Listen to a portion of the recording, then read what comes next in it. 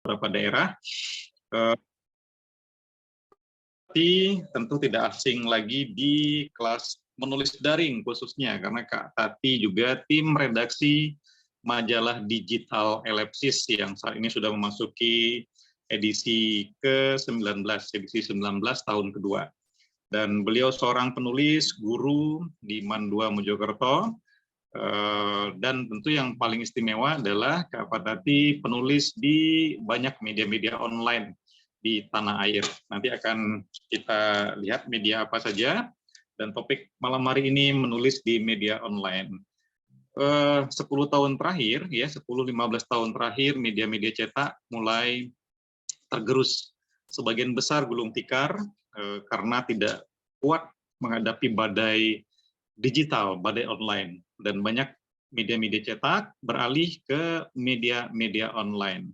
Secara karakteristik medianya tentu cetak dan online berbeda. Ruang-ruang yang disediakan untuk penulis juga berbeda antara cetak dan online.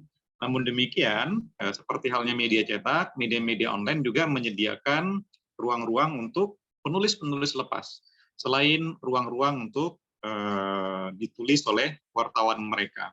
Nah, ruang apa saja yang bisa diisi oleh penulis-penulis lepas seperti kita di ruangan Zoom meeting ini? Nanti Kak Tati akan menjelaskan dan tentu juga akan berbagi kiat bagaimana teknik menulis dan mengirimkannya ke media-media online itu. Lebih kurang 30 menit ke depan, Kak Tati akan mempresentasikan materinya, dan setelah itu kita buka sesi tanya-jawab seperti biasa. Dan silakan teman-teman KMD Ellipsis untuk mencatat poin-poin penting atau pertanyaan-pertanyaan untuk kita ajukan bersama-sama nanti kepada narasumber.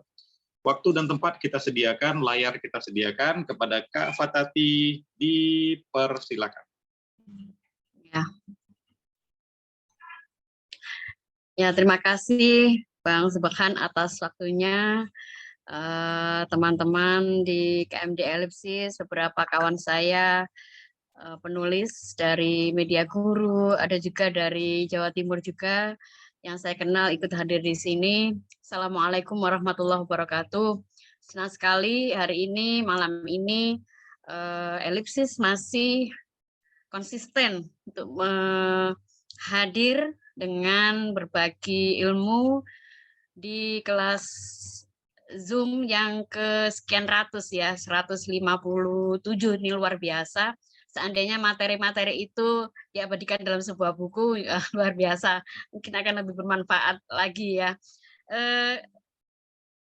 Malam ini saya ingin berbagi sebenarnya ya, karena mungkin di antara yang hadir ini termasuk moderator Bang Subhan ini juga penulis yang sudah melalang buana mungkin sudah 20 tahun yang lalu ya, lebih dulu dari saya yang sebenarnya baru saja hadir di media. Berkaitan dengan menulis di media online adalah menjadi satu keniscayaan. Zaman itu sudah beralih ke media digital dan media online, sehingga bahkan media-media besar di dunia seperti Ekonomik, New York Times dan sebagainya itu sudah mengakhiri edisi cetaknya.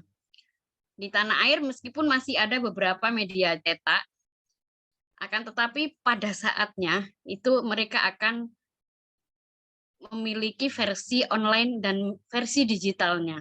Dan yang saya salut ya, Ellipsis ini meskipun baru lahir ya di masa pandemi, tapi cukup responsif dengan perubahan zaman ya. Saya kira dengan 2 tahun hadir sudah KMD Ellipsis sudah sigap ya menyikapi perubahan zaman, yaitu dengan menerbitkan media majalah digital yang sampai saat ini sudah edisi 19.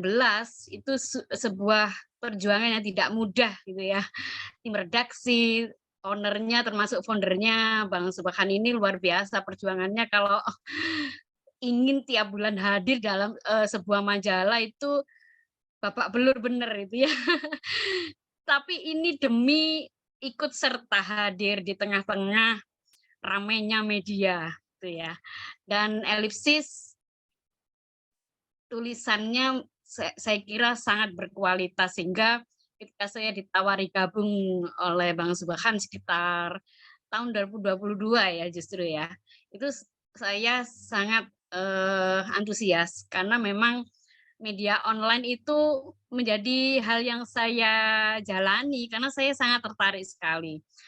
Awalnya saya aktif menulis di media online itu sekitar ya masa pandemi itu tahun 2020, di mana saya melihat banyak tulisan-tulisan di media, membaca isi pendapat orang dalam bentuk tulisan yang di media online, sehingga saya bisa mengaksesnya dengan mudah, membagikannya dengan mudah, menyimpannya dengan mudah, kapanpun saya bisa mengakses secara lengkap ya.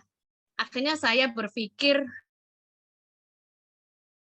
hadir di sana gitu ya, ikut serta hadir di antara masifnya era informasi. Apakah tulisan saya itu mungkin pada mulanya sebelum saya membekali dengan berbagai keterampilan menulis berkaitan dengan menulis di media, itu saya mungkin memakai panggung media sosial dulu untuk tes pasar ya, biasanya begitu. Kalau di situ responnya bagus, berarti kita ada semangat gitu ya. Artinya seorang penulis itu pada akhirnya ingin gagasannya dibaca orang. Tidak mungkin penulis itu menuangkan gagasan untuk dia baca sendiri, untuk dinikmati sendiri. Intinya adalah paling tidak bukan untuk bersenang-senang sebenarnya. Oh suka di like orang, di share orang. Sebenarnya sudah lebih dari itu adalah ia ingin tulisannya bermanfaat. Gagasannya direspon orang. Gagasannya menginspirasi dan memotivasi orang lain. Hakikatnya sejatinya seorang penulis pasti ingin apa yang ada dalam pikirannya, apa yang ada dalam kegelisahannya, perasaannya, hasil dia merenung, hasil dia berpengetahuan, itu ingin dia bagikan ke orang lain karena ia ingin bermanfaat melalui tulisan-tulisan tersebut. Maka untuk saat ini panggungnya adalah media sosial dan media digital serta media online, juga media cetak. Hanya saja karena eranya sekarang orang kan banyak pegang gadget ya, smartphone, dan mengakses internet luar biasa, sehingga mau tidak mau kita harus berada di tempat-tempat yang banyak diakses orang untuk bisa menyapa pembaca. Nah, saya ingin berbagi ini ya, materi ya, saya share screen. Oke.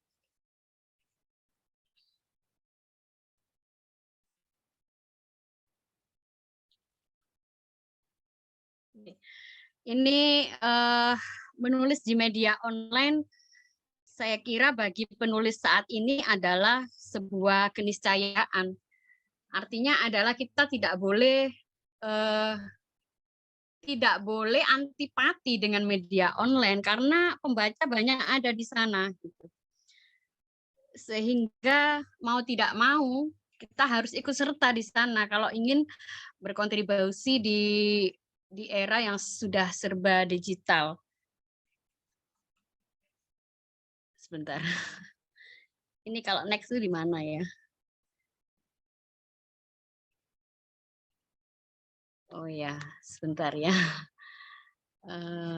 Pakai slideshow kalau begitu. Sebentar.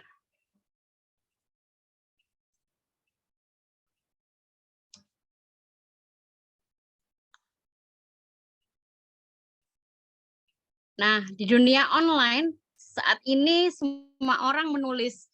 Artinya begini, di era media sosial, orang itu sekarang banyak berkomunikasi dengan bahasa tulis. Apakah dia itu siapapun orang itu harus menulis, semua orang sekarang menulis. Ketika dia posting sebuah status, ketika dia berkomunikasi melalui aplikasi WhatsApp, Messenger, Telegram dan lain-lain itu mereka menggunakan bahasa tulis. Artinya menulis itu dilakukan oleh semua orang saat ini. Apakah dia itu bisa menulis atau tidak? Komunikasi zaman sekarang tuh sekarang pakai bahasa tulis. Itu fakta. Sehingga orang itu sekarang semuanya menulis, tapi kapasitasnya bukan sebagai seorang penulis, tetapi sebagai manusia biasa yang sedang berkomunikasi. Sehingga menulis bukan dalam arti bukan menyajikan gagasan dalam tulisan yang terstruktur rapi, tapi bahasa lisan yang tertuang dalam bahasa tulis, seperti menulis caption, status, komen, dan lain-lain. Itu fakta yang terjadi di era media online dan media sosial. Berikutnya langsung ya. Kenapa harus menulis di media online? Kalau bagi penulis itu manfaatnya luar biasa menulis di media online. Yang pertama adalah bisa meningkatkan produktivitas menulis. Kenapa? Karena ada ruang dua arah di media online antara pembaca dan penulis, tidak ada sekat. Kalau di media cetak itu hanya searah. Setelah penulis itu dimuat di sebuah media mainstream, misalkan di Kompas, Media Indonesia, Jawa Pos dan sebagainya, memang ada satu kebanggaan ya, karena memang bahkan ada yang menyebut kasta tertinggi sebuah tulisan itu adalah dia dimuat di media mainstream, cetak gitu ya. Oke, enggak apa-apa memang. Akan tetapi ruang terbukanya enggak ada, ruang dua arahnya enggak ada. Ketika tulisan itu sudah tayang selesai, penulis tidak akan mengalami respon langsung ya. Walaupun pernah suatu ketika ada sebuah polemik dalam sebuah media cetak, saya pernah ya dulu puluhan tahun yang lalu di Jawa Pos ada sebuah artikel, lalu kemudian ada yang merespon, dimuat lagi, sampai itu sekian kali, kemudian di stop sama redakturnya. Tapi kalau di media online, kapanpun begitu tulisan itu di-share, seorang penulis itu harus siap di belantara media sosial, karena media online itu akan dibagikan di media sosial agar bisa menyapa pembaca. Nah, kaitannya dengan produktivitas menulis adalah ketika tulisan itu direspon pembaca. Artinya ada sudut pandang baru yang bisa mendorong sang penulis untuk mengambil sudut pandang pembaca yang lain daripada dirinya, itu melahirkan ide-ide baru. Oh, ternyata sudut pandang pembaca ada yang unik seperti ini. Maka dia akhirnya terinspirasi oleh dialog dari respon tulisannya itu. Nah, kemudian dari menulis media online itu artinya adalah kita nyata ya, kita menghasilkan karya. Nah, Elipsis punya ya edisi online ya.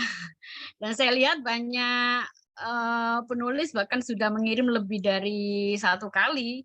Mereka yang pernah ikut program saya ya, kontributor menulis Elipsis online, itu mereka ingin lagi karena mereka itu senang ketika tulisan mereka itu dibagikan, kemudian ada respon dari teman-temannya, kemudian ada masukan dan sebagainya, sehingga mereka memperbaiki atau bahkan termotivasi untuk menulis lagi, sehingga menghasilkan banyak karya dalam waktu yang cepat. Menerbitkan tulisan yang cepat di media online. Kalau menerbitkan di buku memang makan waktu lama. Yang pertama harus mengumpulkan tulisan minimal 80 halaman ya, idealnya sebuah tulisan dijadikan sebuah buku.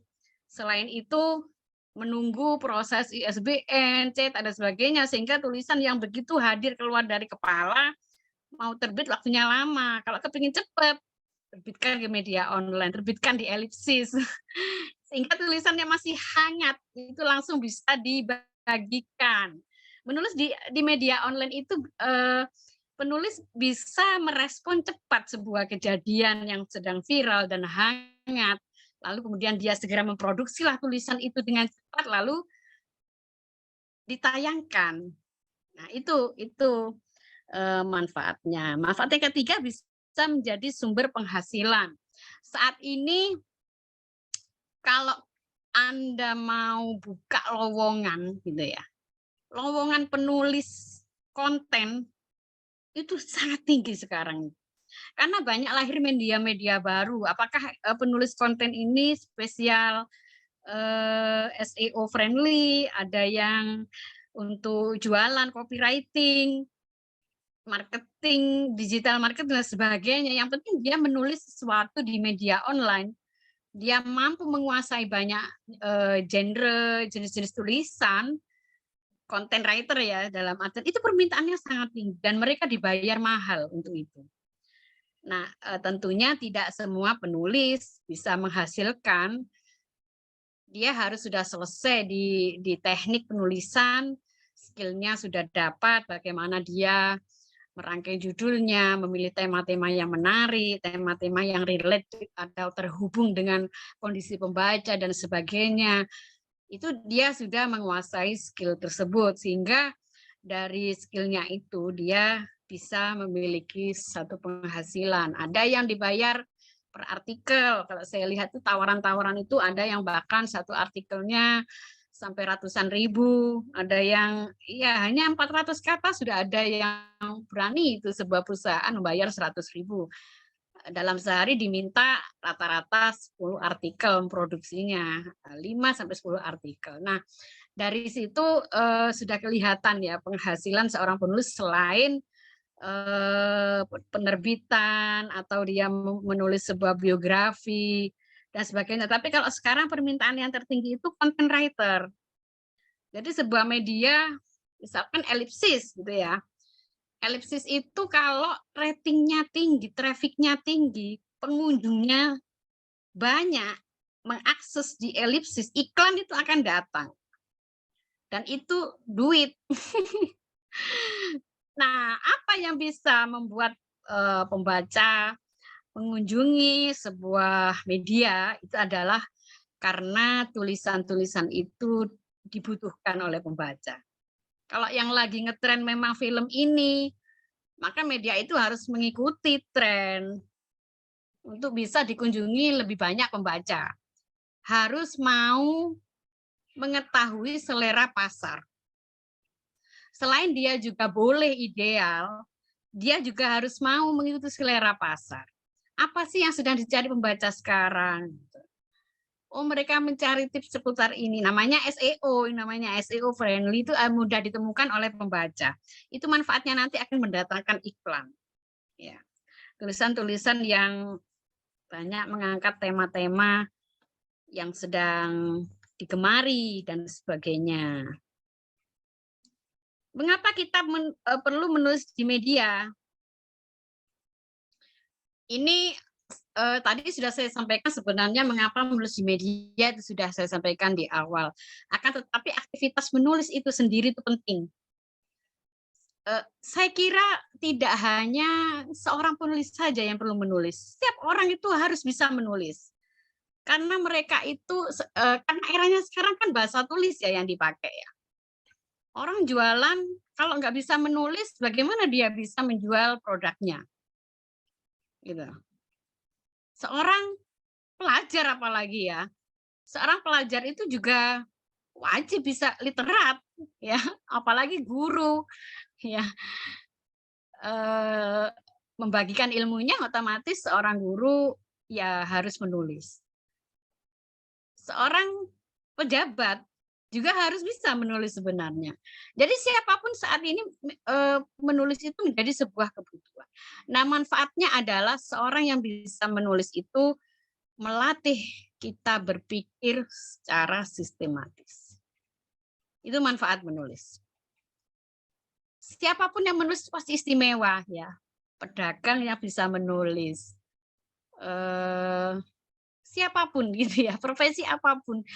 Nah, karena menulis itu melatih kita berpikir sistematis teratur, pembukaannya seperti ini, nanti pembahasan masalah ini, masalah yang diangkat ini, diselesaikan dengan ini, dan dengan menulis itu semakin sering, itu bisa melipat gandakan kecerdasan.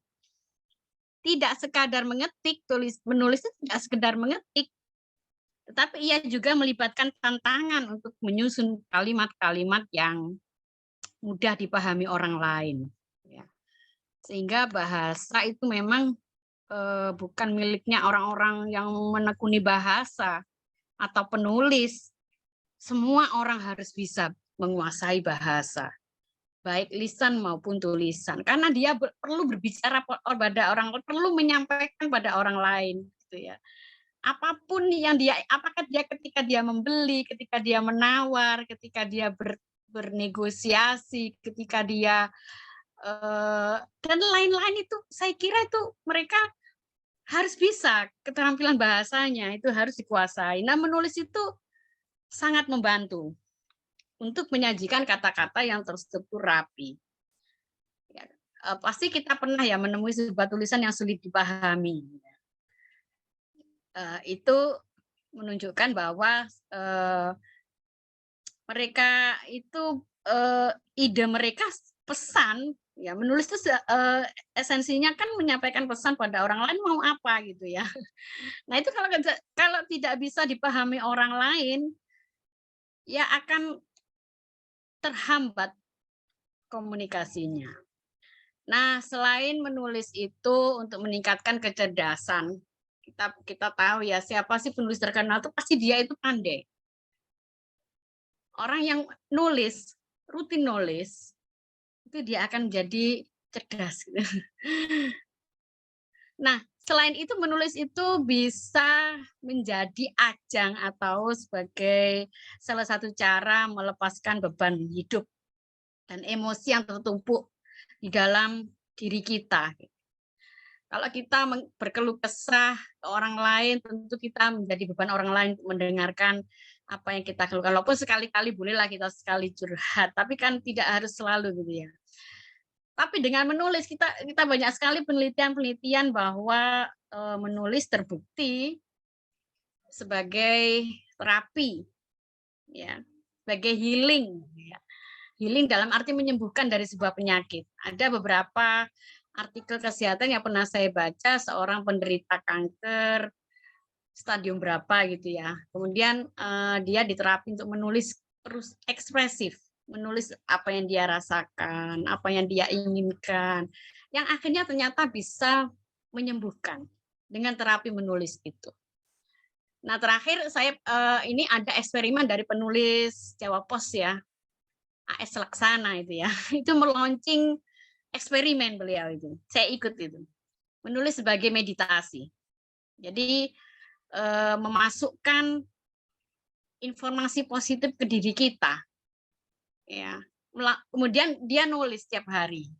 Setiap sebelum tidur atau ketika bangun tidur itu ternyata berefek pada mengubah mindset kita gitu ya. Itu dengan terapi menulis.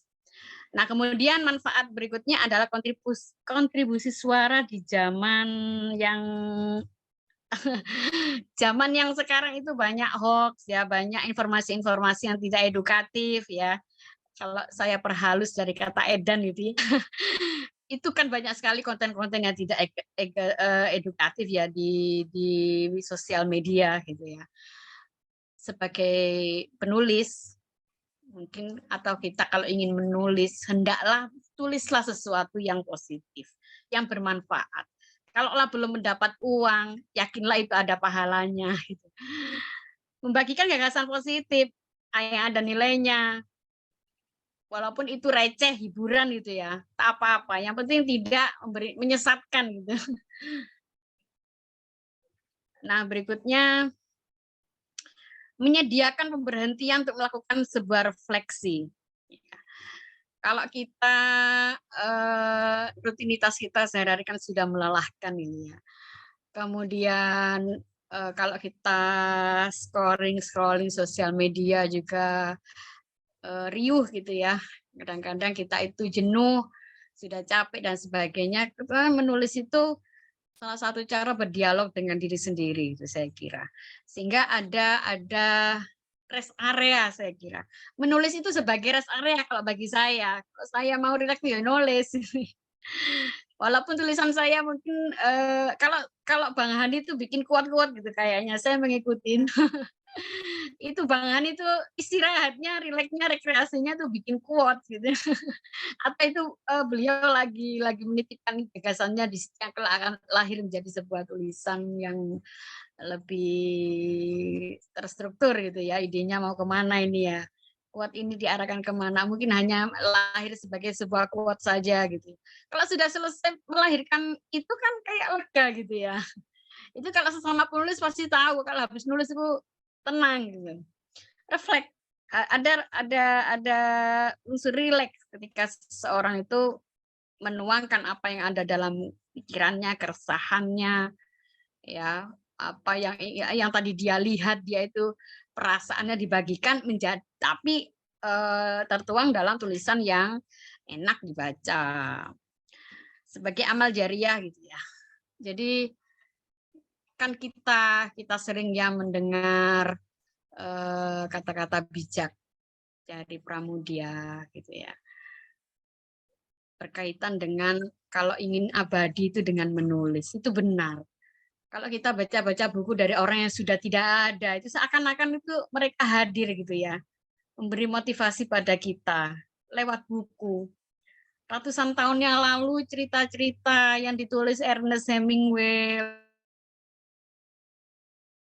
kayaknya itu kan indah banget ceritanya, tapi orangnya loh sudah nggak ada. Tapi mereka masih bisa memberi edukasi pada kita, berbagi kata-kata yang indah yang bisa kita adaptasi menjadi kata-kata sendiri, itu luar biasa saya kira. Mungkin kita sudah, kalau ingin kita menyapa anak cucu kita nanti, membuat sebuah catatan gitu kan indah sekali gitu, catatan untuk anakku gitu ya. Kita kan tidak selalu berada di samping mereka gitu ya, di masa tua kita. Ya buku itu mungkin akan mereka peluk dan dibaca puluhan tahunnya akan datang gitu ya. Jadi benar memang, kalau itu isinya positif, dibaca banyak orang, memotivasi banyak orang, memberi pengetahuan pada orang, pencerahan, ya pastilah itu sebagai ladang amal jariah, gitu ya. Artinya jangan mati dulu sebelum nulis gitu. Jangan sampai kita itu sudah meninggal tapi tidak meninggalkan apa-apa gitu. Kan ada pepatah gitu, harimau mati meninggalkan belang, gajah mati meninggalkan gading gitu ya. Kalau manusia mati meninggalkan tulisan, meninggalkan buku gitu ya. Itu maksudnya. Termasuk ya menulis di media online ya. Nah, kita bicara tentang situasi sekarang. Peta situasi era digital tuh kayak gimana? Jadi kalau ini saya ambil sebuah ilustrasi, saat ini orang tuh begini, walaupun berada di dapur, di kelas, mereka itu terhubung dengan berbagai orang pada saat yang sama, tidak hanya satu orang.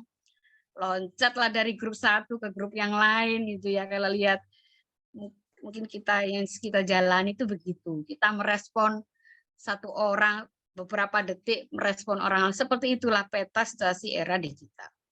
Nah, berkaitan dengan pengguna internet, ini saya mau bicara peluang bagi penulis di era media sosial.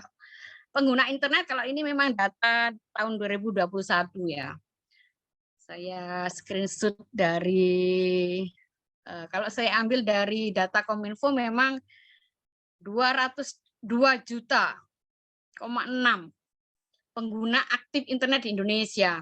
Ini berbanding terbalik dengan peringkat minat baca di Indonesia yang dari dulu informasinya 2 dari bawah ya, peringkat ke-58 dari 60 negara atau bagaimana ya saya 2 dari bawah gitu ya. Tapi pengguna internetnya 4 besar dunia. Nah, ini sebuah musibah atau anugerah ya. Kalau bagi penulis media online ini peluang. Peluang bahwasanya orang banyak mengakses internet adalah peluang bagi penulis media. Pengguna internet itu yang di Indonesia itu yang orang Indonesia itu yang diakses apa sih kalau di internet? Saya tuh pernah penasaran ambil data kemudian. Ternyata yang tertinggi yang diakses adalah game online. Yang kedua belanja online. Yang ketiga transportasi online. Kemudian yang investasi kripto-kripto itu ya. Dan sebagainya yang ternyata tidak ada yang mengakses pengetahuan itu ya. Itu hasil survei itu. Nah, ini kesempatan bagi penulis-penulis dengan latar belakang pendidikan, hendaklah kita mengubah data itu menjadi satu gerakan literasi pendidikan dengan dengan media-media digital. Itu kita rebut itu ya seharusnya. Sehingga saya kira Perpusnas sekarang melakukan gerakan-gerakan literasi digital kayaknya ya, Bang Subhan ya. Itu Perpusnas apa ya, sudah melakukan itu. Buku-buku digital mereka sudah koleksinya luar biasa karena itu tadi ingin membangun bangsa ini, mencerdaskan bangsa ini dengan literasi digital. Dan kita kalau bisa ikut berperan di sana. Berikutnya eh, tuh, sebentar, ini terlalu maju. Loh, sebentar. Ya.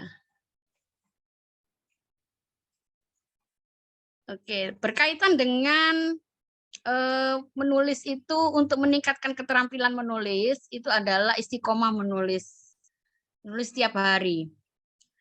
Bagaimanapun bentuk tulisan itu usahakan nulis setiap hari 5 menit lah. Apa yang kita rasakan, apa yang kita pikirkan sehingga diibaratkan menulis itu seperti naik sepeda gitu ya. Banyak yang mengumpamakan seperti itu. Kemudian menulis artikel ilmiah populer. Nah, karakter tulisan di media online itu memang begitu. Didasarkan pada bentuk tulisannya yang beda dengan media cetak, apalagi buku, naskah untuk buku beda. Yang pertama karakternya adalah tulisan artikel di media itu lebih ringkas.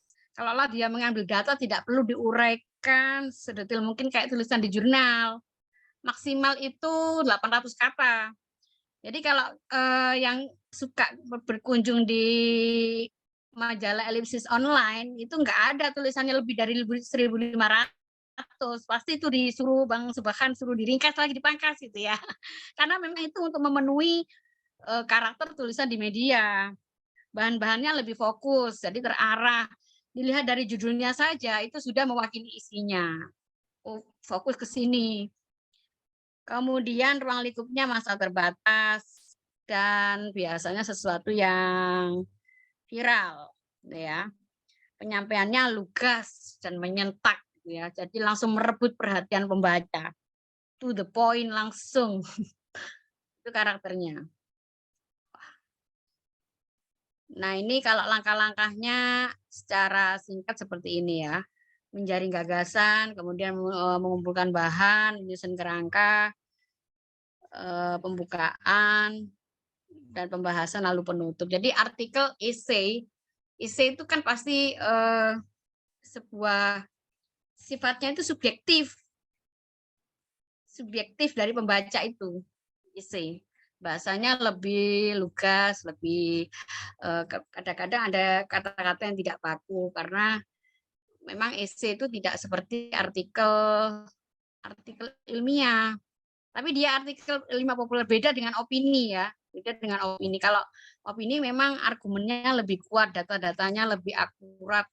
Kalau essay nggak pakai data nggak apa-apa. Gitu ya. Yang pertama langkahnya kalau mau nulis essay di media adalah menjaring gagasan. Jadi gagasan itu kekayaan yang harus dimiliki seorang penulis. Dari mana gagasan itu? Banyak sekali. Kalau merasa blank, writer block seperti yang kemarin disampaikan, ada trik-triknya disampaikan di YouTube-nya Bang Subhan itu ya. Kalau writer block itu ngapain? Nggak ada ide, padahal ide itu yang mengkerubuti kehidupan kita itu lautan ide sebenarnya. Tinggal kita jaringnya bagaimana. Apa yang mau diambil untuk sebagai sesuatu yang bisa ditulis. Kalau saya sendiri suka baca status orang. Ya. Sosial media, scrolling sosial media apa sih yang sedang happening sekarang yang lagi dibahas orang. Oh, Bunda Corla. Oh, ini. Tapi kalau kita nggak minat ke situ, kita ambillah yang lebih misalkan hal-hal yang religius, yang bermanfaat gitu ya. Lalu kumpulkan bahan berkaitan dengan itu, sumber-sumber, referensi, bacaan, buku, kemudian susunlah sebuah kerangka, kita sikapnya bagaimana, pembukaannya itu ada macam-macam, ada storytelling, ada paragraf pembuka berupa dialog, ada yang dan lain-lain gitu ya. Itu teknik-teknik paragraf pembuka. Kemudian menentukan bentuk pembukaan itu tadi sudah, kemudian langsung dibahas, ada penutup. Penutupnya itu bisa penegasan, solusi, dan sebagainya. Mungkin itu dulu ya yang bisa saya sampaikan. Selanjutnya mungkin melalui diskusi. Terima kasih. Ini saya tutup ya. Baik, terima kasih Kak Fa. Kak Fa tadi luar biasa ya. Nulis di media online. Sebenarnya memang tidak jauh berbeda dengan menulis di media cetak, tapi karakter medianya yang berbeda, kemudian ruang ruangnya juga berbeda ya. Nah, yang menarik tadi di dunia online semua orang berpeluang untuk menulis, dan saya garis bawahi media cetak respon baliknya itu lambat atau bahkan tidak ada respon. Nah, tapi kalau media online respon baliknya gitu. Harus siap. Pembaca bisa langsung mengomentari tulisan teman-teman Bapak Ibu ya terkait topik-topik isu-isu tertentu yang kita tulis di media online. Nah, sementara media cetak, kalaupun ada respon balik itu biasanya ya bisa seminggu kemudian atau sebulan kemudian. Nah, itu era-era 2000-an atau sebelum itu ya, 90-an ke bawah, polemik-polemik di media cetak masih ada. Sekarang sudah sangat jarang, langka kita temukan di media cetak. Kalau di media online, polemik-polemiknya bisa merembet ke media sosial, kan begitu. Jadi ada peluang tadi yang disampaikan oleh Kak Fatati, 200 jutaan pengguna internet di Indonesia. Artinya menulis di media online ini kalau ditekuni dengan baik bisa menghasilkan pendapatan finansial. Uangnya uang cerak, tinggal bagaimana cara mengambilnya lewat karya kita. Nah, manfaatnya tadi disampaikan oleh Kak Fatati, pertama tentu meningkatkan produktivitas menulis. Sama halnya dengan media cetak, kalau sering menulis, sering diasah tulisannya, maka karya kita akan semakin baik.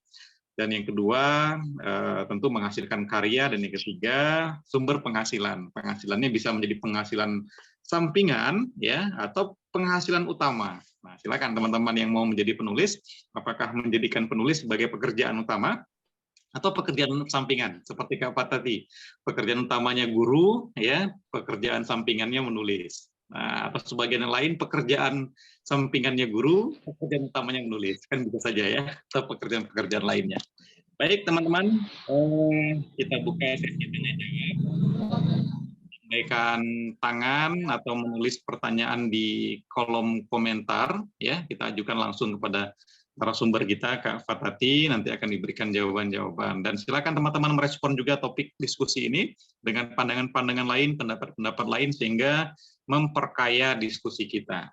Baik, sesi diskusi kita buka. Dipersilakan melambaikan tangan, raise hand, atau menulis pertanyaan di kolom komentar ya. Silakan saja. Nah, pertanyaan pertama dari Kak Neneng ya, Kak Neneng JK. Kak Neneng JK di Karawang. Kak Fatati izin bertanya, materi apa saja yang dibuat oleh konten kreator? Media apa yang biasanya membutuhkan artikel untuk konten kreator? Terima kasih. Silakan Kak Fatati.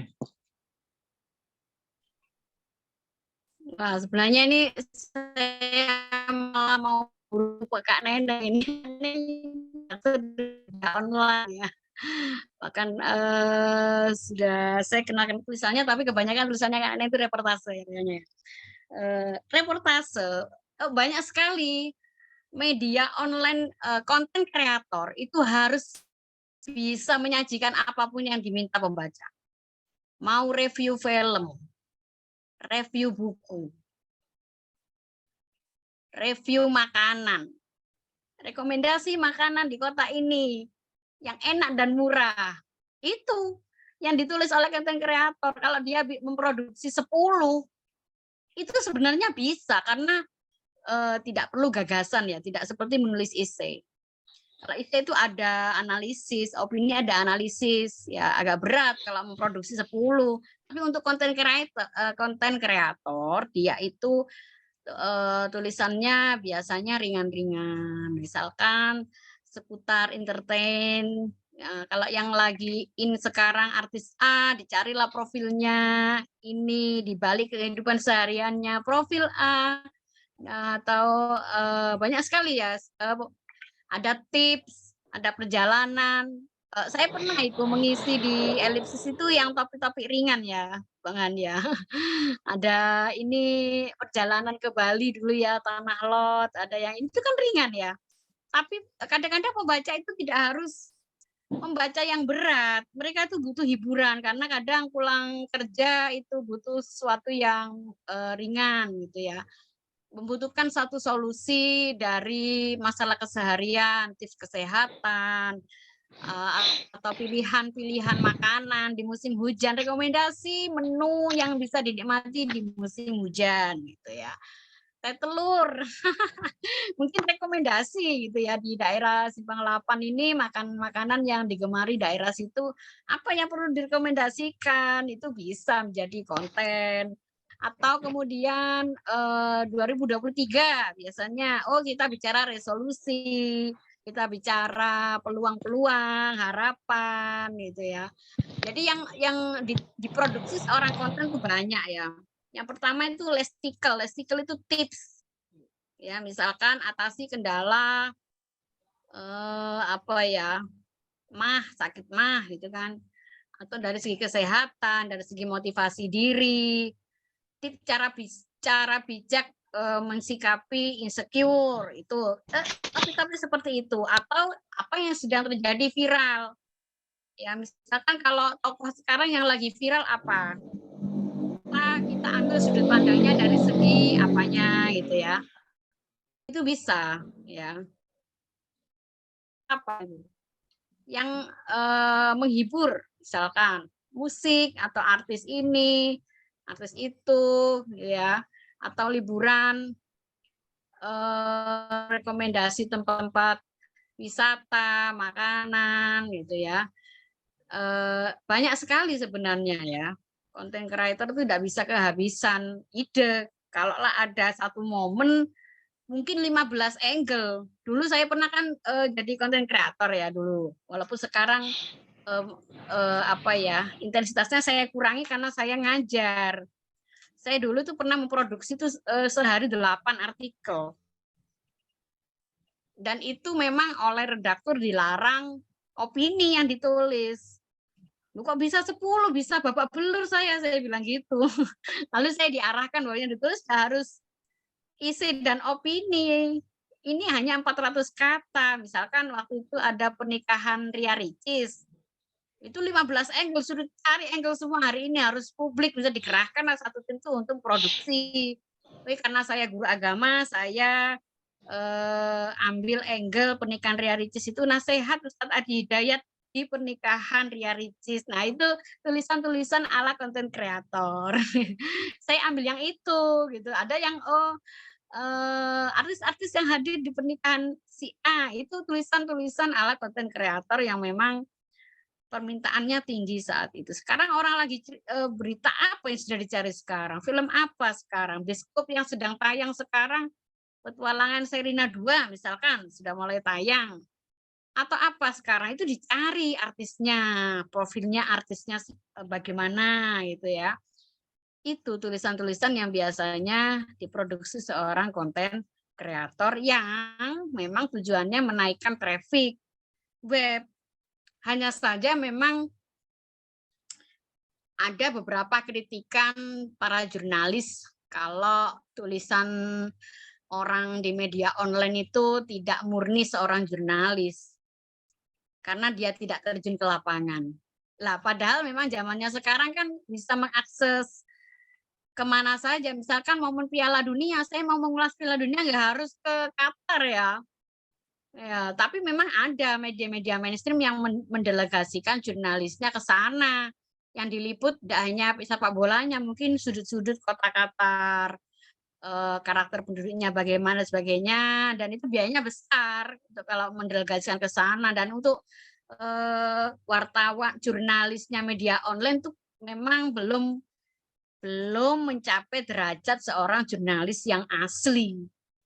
Yang misalkan di media mainstream itu punya timnya Kompas, timnya ini yang untuk menganalisis datang kalau TKP-nya langsung dan sebagainya. Kalau yang media online yang pemula-pemula itu mereka cloning, saya bilang cloning dari berbagai informasi yang di recycle atau diolah kembali karena mereka tidak asli meliput ke lapangan, dan itu sah-sah saja asalkan menyebutkan sumbernya. Karena kita harus menghargai kerja jurnalis. Ya. Jurnalis yang susah payah menghasilkan berita dengan data ke TKP itu kerja keras. Kalau kita mau ambil hasil kerja mereka harus menyebutkan, dilansir dari liputan6.com disebutkan bahwa kebakaran yang terjadi di daerah ini, dia mengulang, itu citizen journalism biasanya. Kan Neneng tahu itu. Ada SOP-nya ya dalam produksi berita itu, kalau enggak sendiri harus menyebutkan dari media mana dia ambil informasi itu. Karena kita harus menghargai kerja jurnalis. Kalau kita sebagai content creator mau kerja keras menghasilkan sebuah reportase hasil kita sendiri, ya review wisata, review sekitar kita datang ke tempat-tempat sejarah yang ada di kota-kota kita, itu murni kita kerja jurnalis asli, ndak hasil kerjanya orang, kita daur ulang. Gitu. Jurnalisnya konten, iya, jurnalisnya konten kreator bisa. Iya. Bisa, ya itu tadi kita bikin liputan tempat-tempat sekitar kita gitu ya, supaya nggak nebeng karyanya orang lain gitu ya, Konsubakan ya. Ya. Ya gitulah intinya. Oke. Terima kasih Kak Fatati, Kak Neneng ya. Kak Neneng juga sudah produktif, aktif menulis Iya, di beberapa. sangat produktif berbagai media ini. Dahsyat. Kak Neneng juga tim kreatif kelas menulis daring. Ya. Ya, tadi itu menarik tuh, review makanan, review objek wisata, yang tentu semuanya harus tetap sesuai dengan momen, up to date. Kalau sifat media online itu harus up to date. Iya, karakternya. Ya, jangan menulis yang sudah basi. Ya, bisa saja menulis yang sudah lama, tapi tentu dengan teknik penulisan feature ya, yang sehingga dia tetap. Iya. Jadi peluang untuk konten kreator sangat luas sekali. Gitu. Baik, dari Karawang kita ke Ponorogo, ada Kak Asna. Kak Fatati, apa kelebihan serta kekurangan menulis di media online dibanding menulis di media-media lain? Dan media online mana saja yang bisa menerima tulisan kita? Barangkali Kak Fatati mau berbagi ke kita semua email redaksinya. Silakan Kak Fatati. Kalau bicara kelemahan adalah kadang-kadang berita itu kan ingin cepat jadi gitu. Karena media online tuh minta cepat, karena pembacanya itu sudah nggak sabar ingin dapat informasi. Akhirnya kadang-kadang tulisan-tulisannya itu kurang sempurna gitu ya. Kadang tipu, kadang salah. Banyak sekali kita temui judul-judul yang aduh gitu ya. Judul-judul yang berantakan bahasanya itu dari media-media yang baru lahir itu ya. Itu kalau ada di screenshot dari jurnalis yang sudah ini ya, sudah benar-benar seorang jurnalis, mereka selalu mengkritik judul-judul yang ditulis dengan serampangan. Itu kelemahan media online karena mereka ingin cepat segera disajikan, sehingga kelemahannya adalah dari segi penulisannya. Dari segi penulisannya itu banyak mengalami kelemahan, kalau tidak ada yang mengingatkan, itu tidak ada yang mengedit. Walaupun bisa diedit secepat mungkin. Ya kalau ketahuan itu kualitas media bisa dilihat dari situ, dan elipsis itu ketat sekali editingnya saya tahu itu. Itu kalau mau publik jangan di-share dulu linknya, di-share dulu ke tim redaksi, dipelototi ada 6 orang itu.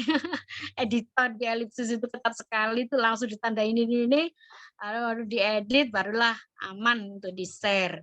Nah, itu yang saya selalu dari elipsis itu, meskipun masih berapa tahun ya, berapa bulan ya kalau yang versi online saya lupa itu. Tahun ada ya? Itu ketat itu ya. Nggak mau di usia muda maunya berkualitas nih. Itu yang saya sukai. Dan media mana yang bisa menaikkan tulis kita? Kalau anggota elipsis ya di www majalah elipsis lah. Kemana lagi? Itu sudah disediakan itu. Itu Japri Bang Han itu. Kirim artikel ke redaksi mau dipublis. Itu apakah nanti naskahnya dikembalikan ataukah sudah memenuhi, ya silahkan. Kita sudah punya wadahnya loh kita. Langsung itu jalan tol langsung itu. Belajarnya di kelas Zoom setiap pekan. Ada diskusi di grup. Loh, enak loh di elipsis itu.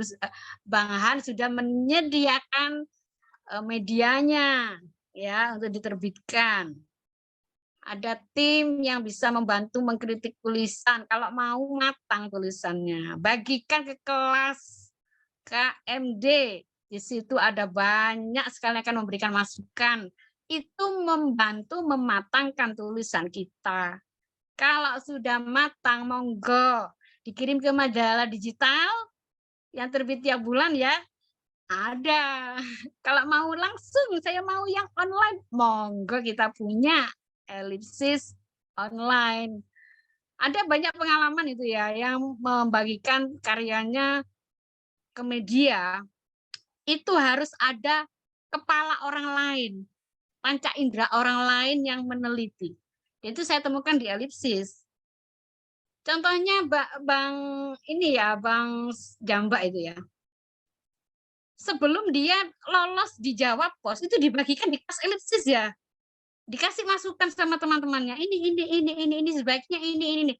Begitu sudah dibahas di grup, dikirimlah itu. Tembus Kompas, tembus Jawa Pos. Itu yang terjadi di kelas menulis daring elipsis. Jadi sebelum ditulis itu istilahnya itu di apa ya? Minta bantuan orang yang lebih ahli di bidang editing, di bidang tata bahasa.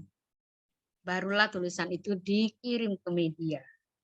Kalau untuk ini elipsis sudah ada. Lainnya bisa kumparan, buka akun di situ. Ada banyak sekali media-media, ada Kapwapri, ada Suara Kerajaan, ada ini redakturnya ada semuanya di KMD, mereka itu sedang mencari penulis-penulis hebat yang sedang diincar. Jangan diam saja, di grup itu ada orang-orang penting di situ. Saya lihat itu ada, mereka itu mengamati siapa yang aktif membagikan tulisan. Saya lihat itu ada beberapa redaktur di situ, saya tahu.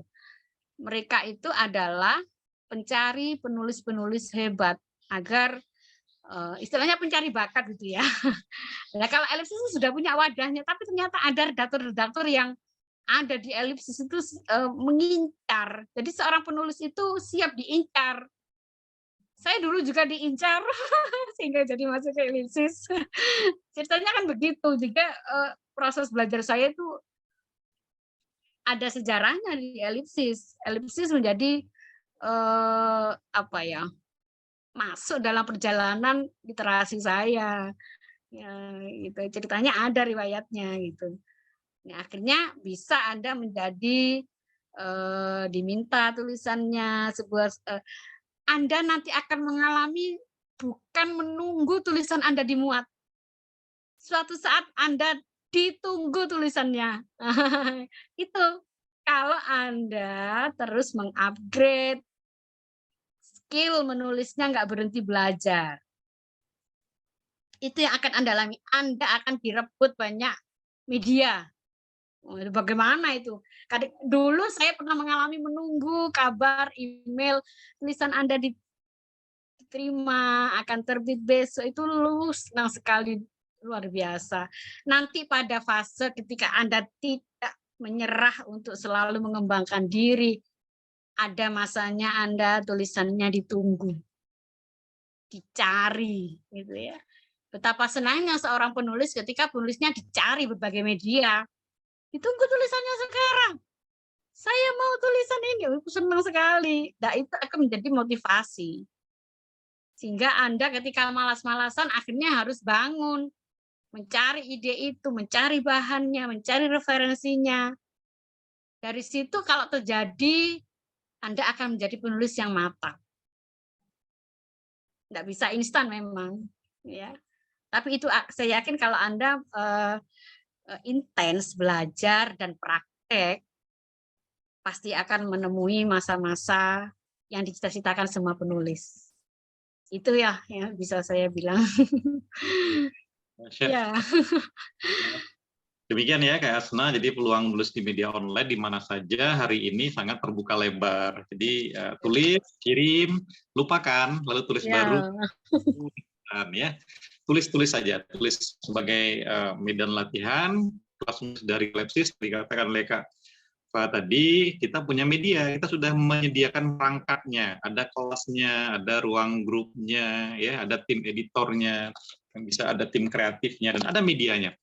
Media online dan majalah juga ada ya, versi di PDF, bahkan kalau cetak pun bisa kita cetak, tapi kita masih fokus pada versi PDF-nya. Nah, jadi manfaatkan saja itu sebagai batu loncatan. Ya, nanti kalau sudah produktif, banyak media seperti kata Kak Fatati tadi, itu akan menunggu kita gitu. Nah, ini menunggu ini yang sangat asik ya, ditunggu orang gitu ya. Saya ingat ketika ya 15 tahun lalu saya masih aktif menjadi wartawan di majalah Sabili ya, itu saya koresponden majalah Sabili di Padang, itu majalah terbesar itu di Indonesia di era-era itu ya, sebelum almarhum. Itu tulisan itu selalu ditunggu, reportase saya itu ditunggu-tunggu, terutama untuk Sumatera Barat. Nggak ditanya, saya sendiri resah itu. Nah, saya sendiri resah. Artinya tulisan yang ditunggu itu punya debarnya seperti orang jatuh cinta ya. Oke, baik. Dari Ponorogo kita ke Aceh, ada dari Tiara Aceh. Pertanyaannya, apakah jurnalis berita harus mencari datanya langsung terjun ke lapangan? Semisalnya datanya diambil dari beberapa redaksi di internet, kemudian kita gabung menjadi berita sendiri. Apakah bisa, Kak Fatati, di media-media online? Silakan, Kak Fat. Sebelumnya saya juga menyapa teman-teman di kelas ini yang bergabung ya, ada teman-teman dari Media Guru, Cap Webri, dan lain sebagainya. Terima kasih sudah bergabung. Mudah-mudahan mencerahkan ya diskusi kita. Silakan Kak Fatati. Ya, seperti yang saya bilang tadi ya. Kalau kita basicnya bukan jurnalis, ya kita ini kan awam gitu ya saya bilang. Saya sendiri konten kreator, tapi untuk mencapai derajat seorang jurnalis itu belum bisa. Tapi tidak menutup kemungkinan siapapun bisa menjadi jurnalis. Karena sekarang tuh kalau dulu waktu Pak William diundang itu ya, beliau yang ketua citizen jurnalis warga itu ya. Beliau mengatakan masa depan media itu ada di tangan citizen journalism. Jurnalis sekarang itu kan siapapun bisa memberitakan. Hanya saja kualitas beritanya ya beda lah dengan seorang jurnalis asli. Saya sendiri mengalami dulu ya waktu disuruh liputan ke Festival Hari Buku Nasional di Surabaya. Saya kurang paham foto-foto jurnalistik. Yang ada itu saya foto diri saya ada di situ. Seharusnya wartawan tidak perlu selfie. Saya ke bawah-bawah senang selfie, tidak boleh ya. Reportase itu harus gambar yang ditangkap adalah sesuatu yang bisa bercerita. Begitu pesannya bahan ke saya ini, ya sambil belajarlah dalam perjalanan itu nanti begini liputannya, yang diliput adalah bukan diri sendiri kita yang tampil di situ, tapi kita belajar menangkap sebuah kejadian di mana pembaca nanti mengetahui berita itu melalui gambar, kemudian didukung dengan tulisan dengan dasar 5W1H. Nah, berkaitan dengan meliput berita, bisa Kak Tiara, kita bisa eh, meliput Mandalika ketika kita ada di Sumatera. Caranya adalah ya tadi numpang hasil dari reportasenya televisi, numpang dari media mainstream gitu ya. Tapi etikanya adalah menyantumkan sumbernya. Karena kita tidak hadir di TKP, itu sumber berita dari YouTube Kompas TV, berberita dari ini, bahkan foto pun begitu. Foto itu tidak boleh kita asal ambil di Google, itu ada etikanya, sama dengan plagiat ya. Karena akan dilaporkan. Karena apa? Foto itu hasil kerja kerasnya fotografer. Ada gratisan untuk di Pixabay, tapi kalau selalu ambil gratisan, kita akan menemui banyak kembaran. Solusinya adalah seorang penulis itu juga aktif mengambil gambar. Harus pinter motret, fotografi, untuk mendukung tulisan-tulisannya. Karena zaman sekarang nulis di era media itu, kalau nggak ada gambarnya kan nggak menarik. Orang kalau nggak ada gambarnya itu nggak mau klik. Sehingga seorang penulis itu perlu belajar fotografi. Kalau di sini, kalau di tim Elipsis itu yang fotografer Kak Ilen ya.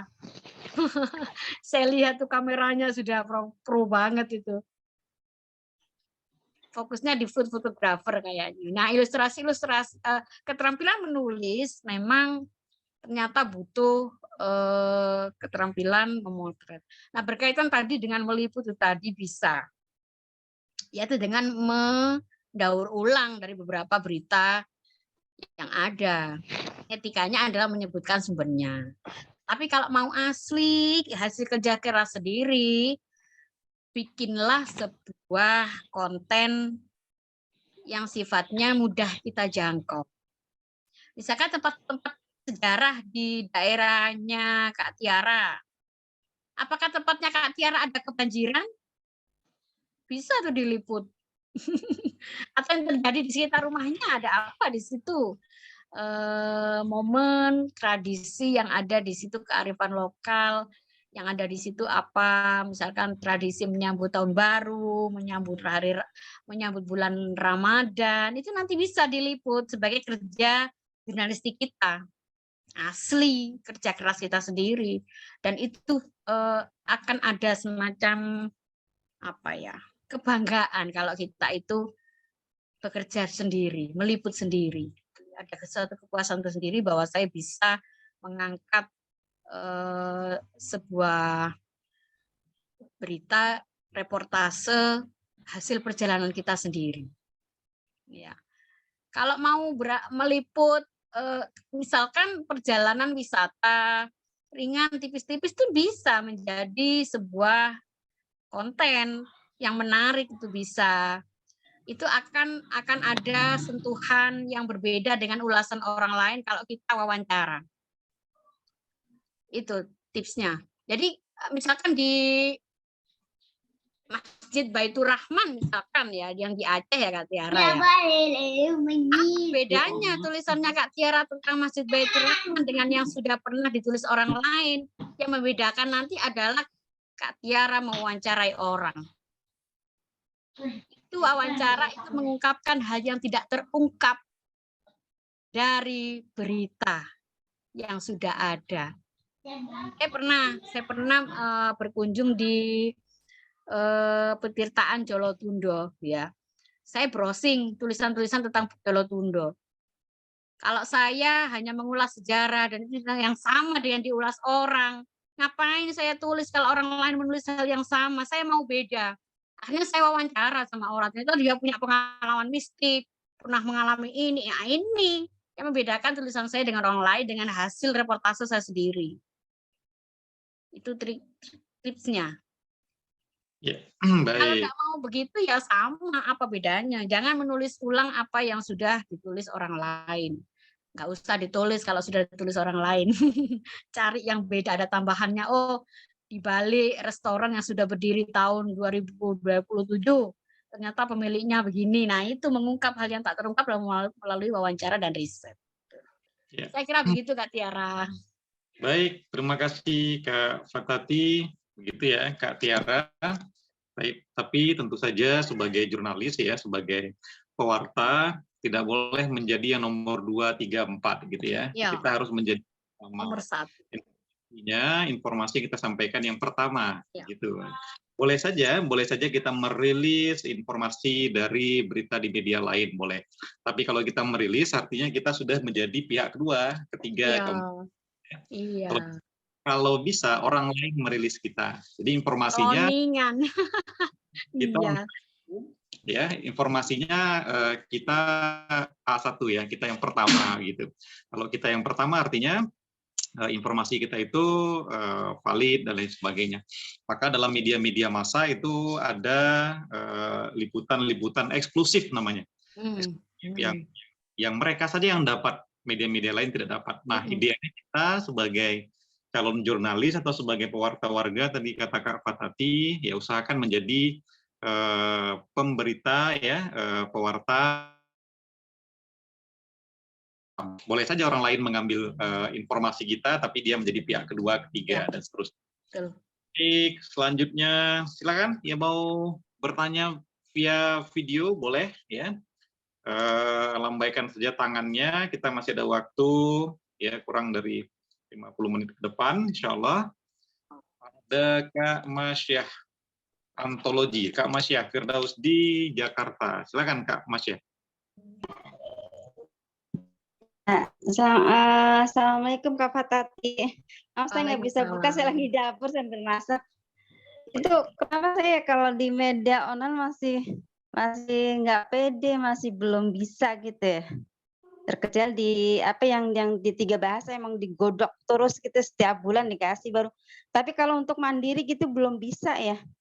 Belum pede banget gitu. Tips-tipsnya gimana tuh? Itu aja Kak Fatati. Baik, Kak Masya. Belum pede nulis di media online. Kak Masya menulis di buku-buku antologi, beberapa buku tunggal yang sudah ada. Selamat Masya.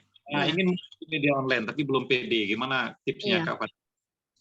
Ya, jadi memang penulis media online itu nyalinya harus lebih kuat daripada penulis buku.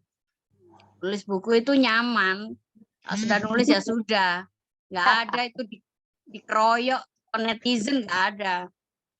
Kita berpendapat selesai diterbitkan, apalagi antologi yang baca ya yang nulis di situ, yang dibaca tulisannya sendiri, aman.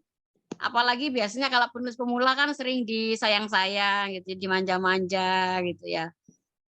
Artinya mereka kadang-kadang belum siap dengan kritikan. Kita kalau menulis di media online itu mentalnya harus tahan banting. Udah. Kadang-kadang kita kan kena dikritik, tulisan macam apa ini? Gini aja dibukukan, itu kita sudah langsung down. Langsung ngambek, gak nulis tahun. Dan sebagainya. Tapi kalau menulis di media online itu memang harus siap. Dikomentari, nggak peduli pembaca mau, kita ini penulis pemula, minta dimaklumi dong, kita ini pemula, nggak mau tahu pembaca. Kalau opini kita janggal, mereka akan langsung menyampaikan. Nah, kita harus siap. Yang pertama memang untuk menulis media online bisa di-launching ke belantara media sosial yang orang tuh langsung melihat pemikiran dan gagasan kita. Kita harus siap. Argumennya siap. Kenapa kok ini? Kok judulnya begini, isinya begini, apa hubungannya? Harus bisa menjawab. Sehingga saya kira penulis di media online memang terasah dalam beberapa aspek. Terasah mempertanggungjawabkan tulisannya, dia harus sebelum di-launching dia harus mempersiapkan tulisan ini, jangan sampai menyesatkan lah, salah informasi lah, misalkan mengutip sebuah kata-kata bijak, maunya dari Ernest, tapi ternyata itu tulisannya Pramudia, jangan sampai ya, ini bisa dibully orang dunia, sedunia maya gitu ya. Apalagi kita di media online lain kan nggak bisa ngedit, kita bisa dibully habis-habisan. Ini memang menjadi apa ya, menulis di media online itu berarti kita harus siap. Yang pertama siap dengan yang kita tulis itu bisa dipertanggungjawabkan. Datanya benar, informasinya benar, rujukannya ada. Sehingga ketika ada pertanyaan kita bisa menjelaskan. Artinya dengan kesiapan itulah kita menjadi penulis dengan level yang lebih tinggi dari penulis-penulis yang memang perlu yang ada di zona nyaman. Zona nyaman itu yang penting saya nulis terbitkan. Ini terbitkan beres, nggak ada yang protes ada di cetak gitu ya. Tapi kalau online itu bisa di-share, bisa di-screenshot, dikoreksi, dicoret-coret, dipublikasi. Yang kena medianya, juga penulisnya. Nah, untuk itulah untuk membangun kepercayaan diri ini saya kepingin menulis di media online tapi masih takut. Elipsis adalah medianya para pemula. Walaupun di sana ada banyak penulis senior. Mengapa harus ada penulis senior? Kenapa majalah Elipsis itu ada penulis senior? Misalkan ada wartawan Pak Jasman Jamaluddin ya dipasang. Beliau sangat senior untuk mengangkat pamor Elipsis. Elipsis bukan majalah kaleng-kaleng. Ini tokoh besar, jurnalis senior, berhasil digandeng sama Bang Subhan itu mau menulis di Elipsis itu mengangkat pamor Elipsis. Kalau ada penulis pemula bisa satu panggung dengan senior, itu ada kebanggaan. Kirim aja tulisannya di Elipsis. Sudah disediakan bahkan ada 2 loh. 2, yang satunya online, yang satunya digital yang tiap bulan terbit itu bergengsi. Ada penyair Lea ya. Sosiawan Lea itu saya kaget betul. Siapa yang bisa menggait Sosiawan Lea di Elipsis? Ternyata Kak Ayu. Ini mengangkat pamor Elipsis. Sehingga kalau ada puisi kita bersanding dengan penulis senior yang berhasil digait sama redaktur timnya Elipsis, itu ada satu kebanggaan. Kita bisa belajar tulisan dari mereka. Kita merasa kita didampingi orang penulis keren gitu ya. Jadi memang itu strategi media begitu. Nah, untuk kepercayaan diri, kirim saja di media-media yang koneksinya ada di Kak Masya. Kak Masya kan punya ya circle-nya yang kemarin itu saya lihat dengan penulis-penulis Goladong malahan sudah luar biasa itu sering berkomunikasi sebagainya. Itu dimanfaatkan Kak Masya, ini saya bisa belajar dari situ, kenal bahan manfaatkan gitu ya.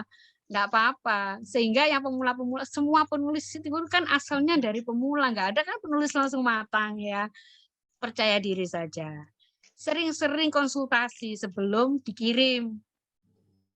Jadi saya mau nulis begini, kasih koreksi sama mentornya Kak Masya. Pembimbingnya Kak Masya, tulisan ini saya kirim di media. Gimana? Pasti kan dikasih petunjuk uang gurunya kan ya. Jadi sebelum dikirim, kasih ke gurunya untuk dikoreksi. Setelah itu sudah dikoreksi, dibenarkan, baru kirim ke media yang dikenal dulu sekitar kita. Nah, itu begitu. Baru kemudian nanti kalau sudah sering di sini naik level, coba saya kirim ke situ. Nanti orang yang tidak kita kenal menyukai tulisan kita karena justru karena tidak kenal kita, karena hasil berarti tulisan kita itu memang berkualitas dan layak. Jadi tipsnya begitu, Kak. Langkahnya begitu. Nanti percaya diri. Baik. Ya. Oke, terima kasih Kak Fatati, Kak Masya ya. Percaya diri ya. Percaya diri. Ada di Elipsis kita sediakan medianya atau Kak Masya ingin mengirimkan karya ke media-media lain. Nah, sama saja seperti menerbitkan buku ya, Kak Masya kan sudah pede itu, sudah percaya diri. Iya. Nggak apa-apa. Biasa itu. Pun harus seperti itu semangatnya. Intinya semua media kita kita coba tembus sehingga itu Ya. menjadi dan latihan kita. Jadi kan nanti tulisan kita capaiannya adalah kualitas, mutu tulisan ya, bukan sekedar jumlah. Baik, kan teman-teman lainnya masih ada yang ingin mengajukan pertanyaan untuk sesi ini? Satu pertanyaan untuk Kak Fatati ya dari tim kreatif. Ini kan Kak Fatati penulis, guru, beberapa media online saya lihat tim redaksi di sana selain di tim kreatif kelas menulis daring Elipsis dan tim redaksi adalah Elipsis ya. Di kegiatan literasinya ini membagi waktunya seperti apa ini Kak Fa? Karena banyak penulis pemula sama yang susah membagi waktunya di tengah-tengah kesibukan mereka menulis. Nah, silakan Kak Fatati. Pertanyaan ini sering sekali ya dilontarkan itu. Gimana sih manusia di dunia ini yang nganggur gitu ya? Nggak ada, semuanya punya kerjaan. Jadi penulis itu bukan kerjaannya orang nganggur. Misalkan, oh Bu Fatati bisa nulis karena punya waktu luang. Oh nggak mungkin, kata siapa? Saya ngajarnya sampai 4:30. Saya ngajar 13 kelas setiap minggu. Itu dinasnya tuh mulai jam 7 pagi sampai selesai jam 4:30 lah baru bisa pulang. Setelah itu saya sudah disambut oleh anak-anak bocil-bocil. Lah kapan nulisnya? Yang pertama, penulis itu pasti akan meluangkan waktunya untuk menulis kalau sudah cinta. Kalau Anda cinta dengan dunia menulis, Anda akan menyediakan waktu. Bagaimana Anda menyediakan waktu untuk orang yang Anda cintai. Sekalipun repot harus membalas chatnya. Begitulah dengan seorang penulis. Anda harus membangun cinta dulu dengan dunia kepenulisan. Membangun motivasi mengapa saya harus menulis, mengapa saya perlu menulis, sampai Anda itu tersiksa kalau tidak menulis. Dan untuk bisa menulis itu memang harus banyak membaca. Membaca tulisan orang-orang yang sudah mahir. Misalkan Kak Masya suka fiksi, sering-seringlah baca buku-buku fiksinya orang-orang penulis terkenal. Oh gini ya bahasanya, oh cerpen yang baik begini. Kalau ingin esai yang bagus bisa baca esai-esainya Gunawan Muhammad atau tulisan-tulisan ya esai-esai terkenal lah gitu ya. Yang ada di banyak buku-bukunya yang bagus yang bisa memang gizinya penulis, kekayaan penulis itu ada di buku-buku. Ada di buku-buku. Itu kelihatan banget kalau orang penulis itu banyak baca buku, itu tulisannya tuh kelihatan bergizi. Tidak ngasal menuangkan sebuah tulisan. Jadi tulisannya memang daging semua ya, Bu? Ya, isinya itu daging, memberikan pencerahan gitu ya. Karena itu karakter penulisnya yang dia memperkaya dirinya. Ibaratnya begini, membaca itu makan, menulis itu olahraga. Jadi orang yang banyak makan, banyak baca itu akan obesitas. Kalau tidak disalurkan pengalaman membacanya itu dalam sebuah tulisan. Untuk bisa menulis, ikutilah pelatihan menulis. Karena belajar sendiri, trial and error, ngawur, nggak ada gurunya, itu Anda akan menemukan cara menulis yang baik memakan waktu bertahun-tahun. Yang menunjukkan rel yang pas, itu orang-orang ahli yang sekarang banyak membuka kelas menulis. Ikut pelatihan menulis.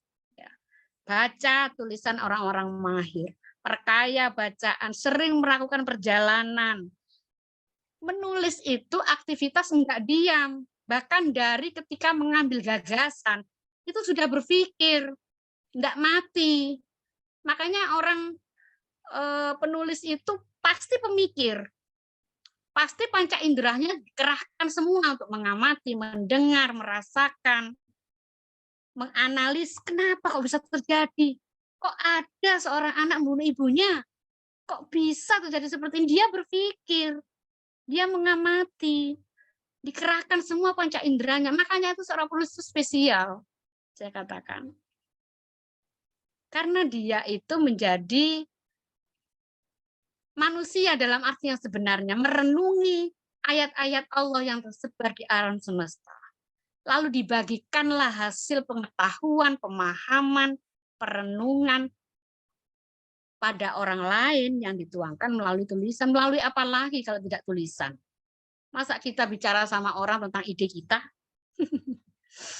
Ketemu orang di pasar, selamat pagi, saya punya ide begini Bu, menurut saya kan tidak mungkin ya.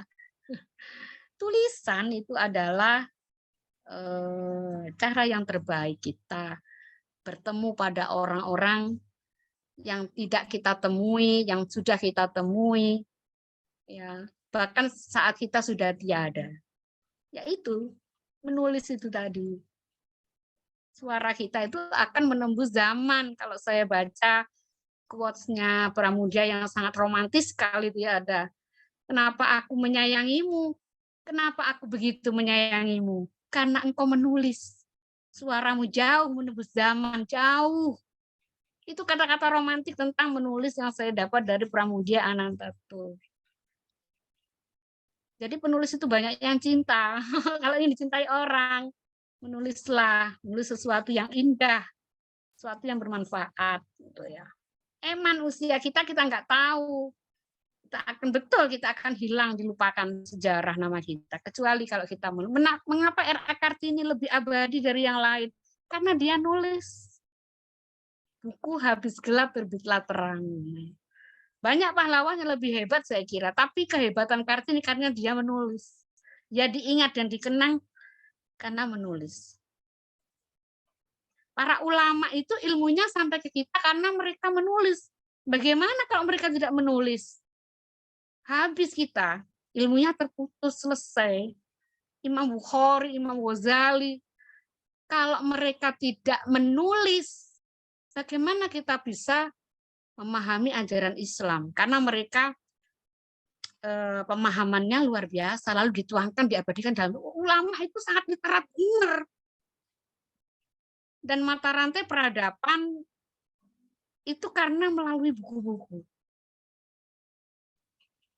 Ya kita harus belajar dari situ. Penulis itu harus mau membaca. Yang kedua, ya jelas sama penulis. Gitu ya.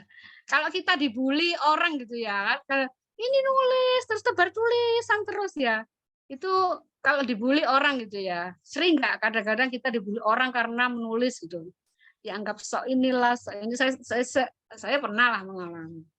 Kok suka bagi-bagi tulisan, tebar-tebar tulisan, ya dijawab saja dengan enjoy. Kalau nelayan tebar jala, karena saya penulis ya tebar tulisan gitu. Dibikin enjoy saja kalau ada yang itu. Yang penting kita jangan sampai orang-orang toksik itu mempengaruhi semangat kita. Ya, jangan sampai itu. Karena kalau kita sudah nggak semangat, itu sudah. Kita lemah, ya sudah selesai. Jangan jadi penulis. Penulis sudah harus kuat. Gitu ya. Selain kuat dalam pertahankan argumennya, kuat staminanya, dan menjaga konsistensinya dengan selalu harus berkarya. Kalau penulis berhenti berkarya, ya sudah. Selesai, dia tidak harus konsisten berkarya. Paling tidak setahun saya buku satu. Kalau Kamasnya pasti punya jadwal itu kayaknya melahirkan banyak antologi. Buku solonya saja luar biasa dalam waktu 1 tahun itu berapa melahirkan itu ya. Beliau juga punya kesibukan lain. Tadi di dapur, nulisnya kapan itu ya? Karena dia sudah cinta. Kalau sudah cinta dengan menulis sampai dia tersiksa kalau nggak nulis, kapanpun waktu menulis itu akan tersedia. Tidak. Jadi untuk bisa meluangkan waktu, itu bukan manajemen ini waktunya nulis, enggak. Kalau sudah cinta, setiap saat kita akan nulis. Dalam keadaan apapun, sepayah apapun, sengantuk apapun itu, kita akan nulis. Tapi memang kan enggak bisa langsung ya orang cinta ya. Kita untuk bisa mencintai menulis ya, berkumpullah dengan orang-orang yang suka nulis. Jangan orang-orang yang tidak suka nulis. Kalau ada ini ya lagu siar Jawa gitu ya. Wong kang soleh kumpulono. Kalau ingin menjadi orang soleh, kumpul-kumpullah dengan orang-orang saleh. Kalau ingin jadi penulis, berkumpullah dengan para penulis. Maka itu kalau ingin menjadi penulis harus berkomunitas. Maka itu Elipsis lahirnya sebelum media kan komunitasnya dulu ya Bang Han ya. KMD-nya dulu kan yang harus yang lahir ya. Dari situ semacam membentuk sebuah habituasi yang mengumpulkan orang-orang yang asalnya nggak bisa nulis jadi cinta nulis. Siar literasi itu adalah melalui komunitas. Orang kalau kepingin nulis, masuklah komunitas menulis supaya ada yang menyemangati, ada yang menginspirasi, ada yang ngasih tahu yang salah, ada yang memuji, ada yang itu seneng pokoknya. Harus berkomunitas. Kalau sendirian, bangkitnya kalau lagi down itu bangkitnya sendiri. Saya pernah menjadi penulis tanpa komunitas. Saya itu pernah. Sebatang kara rasanya. Ketika saya down-nya tuh vakum setahun enggak nulis saya. Lalu apa yang saya lakukan? Saya bikin kue, nandur kangkung gitu ya. Menyesatkan gitu ya, lari dari passion saya yang sebagai seorang penulis. Ketika menemukan komunitas, efeknya luar biasa. Saya menemukan orang-orang yang sama-sama mencintai dunia kepenulisan. Akhirnya tumbuhlah semangat itu. Berkembang. Itu manfaat berkomunitas. Saya kira begitu. Baik, luar biasa. Terima kasih Kak Fatati, ya, dahsyat sekali. Berkumpullah dengan penulis, para penulis kalau ingin mau jadi penulis. Artinya sepakat itu Kak Fatati, teman-teman calon penulis, ya, carilah komunitas-komunitas yang bisa menyemangati hobi teman-teman, begitu. Elipsis salah satunya, ya, dan lain sebagainya juga banyak sekali. Jadi benar kata pepatah Arab ya, kalau mau harum wangi ya bertemanlah dengan penjual minyak wangi kan begitu. Nah, kemudian tadi juga di tengah-tengah kesibukan Kak Fatati ya 18 jam ya ngajar ya Kak Fatati. Iya. Ya, sekali itu membawa belum lagi nanti meriksa tugas siswa, mengikuti webinar itu. Belum lagi di japri Bang Han, ada deadline-nya. Iya, belum lagi headline. Iya. Tapi justru itu saya jadi melahirkan karya kan ya. Jadi ditekan semakin produktif ya. Jadi disiplin, menyediakan waktu untuk berdisiplin berkarya.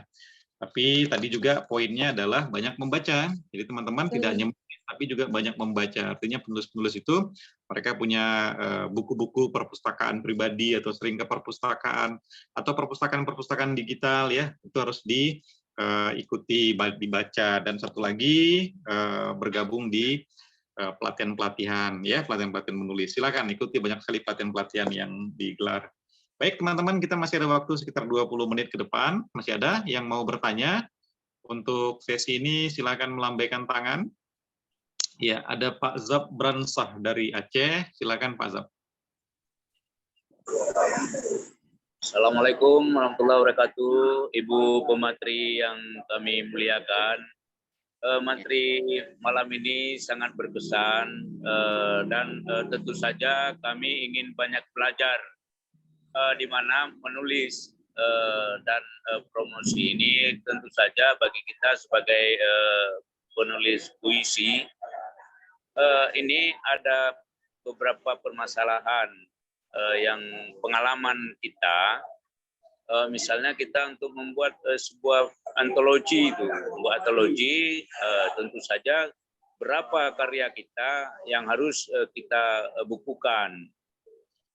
Kemudian apakah yang kebersamaan antologi itu bisa disebut jadi nanti sebuah buku 2 orang, 3 orang.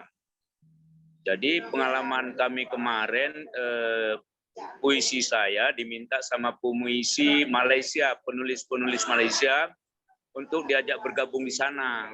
Jadi penilaiannya itu bagaimana, Mbak? Penilaiannya nanti diapresiasi bagaimana hasil yang kita tulis itu dari 25 puisi yang saya kirim, apakah nanti dimuat semua atau tidak dimuat semua. Itu aja, Mbak. Bapak Tati, terima kasih. Mohon penjelasannya. Salam Pak Subhan dan kakak kelas menulis daring. Ya, terima kasih kesempatan ini. Assalamualaikum warahmatullahi wabarakatuh. Waalaikumsalam warahmatullahi wabarakatuh. Pak Zabransa di Aceh ya, produktif sekali di Malaysia. Silakan Kak Fatati. Terima kasih Pak Zabransa dari Aceh yang berdomisili di Malaysia. Salam hormat Bapak. Saya juga kagum di usia Bapak yang ini masih produktif berkarya. Saya tidak tahu apakah saya seusia itu masih bisa berkarya. Ini menjadi teladan saya, Pak Zab ini masih bisa melahirkan karya. Berkaitan dengan menulis buku solo dan antologi ini, kalau menurut pemahaman saya, ini adalah berkaitan dengan manusia sebagai makhluk individu dan makhluk sosial, gitu ya. Kalau kita menulis buku solo, itu memang kita sebagai seorang individu, bahwa karya-karya kita di buku solo itu menggambarkan penulisnya secara pribadi. Jadi diksi-diksinya, ya, kemudian alirannya yang dianut, gaya-gaya bahasa yang digunakan itu memang menggambarkan individu. Itu buku solo. Jadi kalau Pak Zab itu ingin mengekspresikan diri bahwa saya penyair dan ini karya-karya saya menggambarkan perasaan saya, pengalaman saya, pengetahuan saya. Menulislah buku solo tanpa ada campuran orang lain.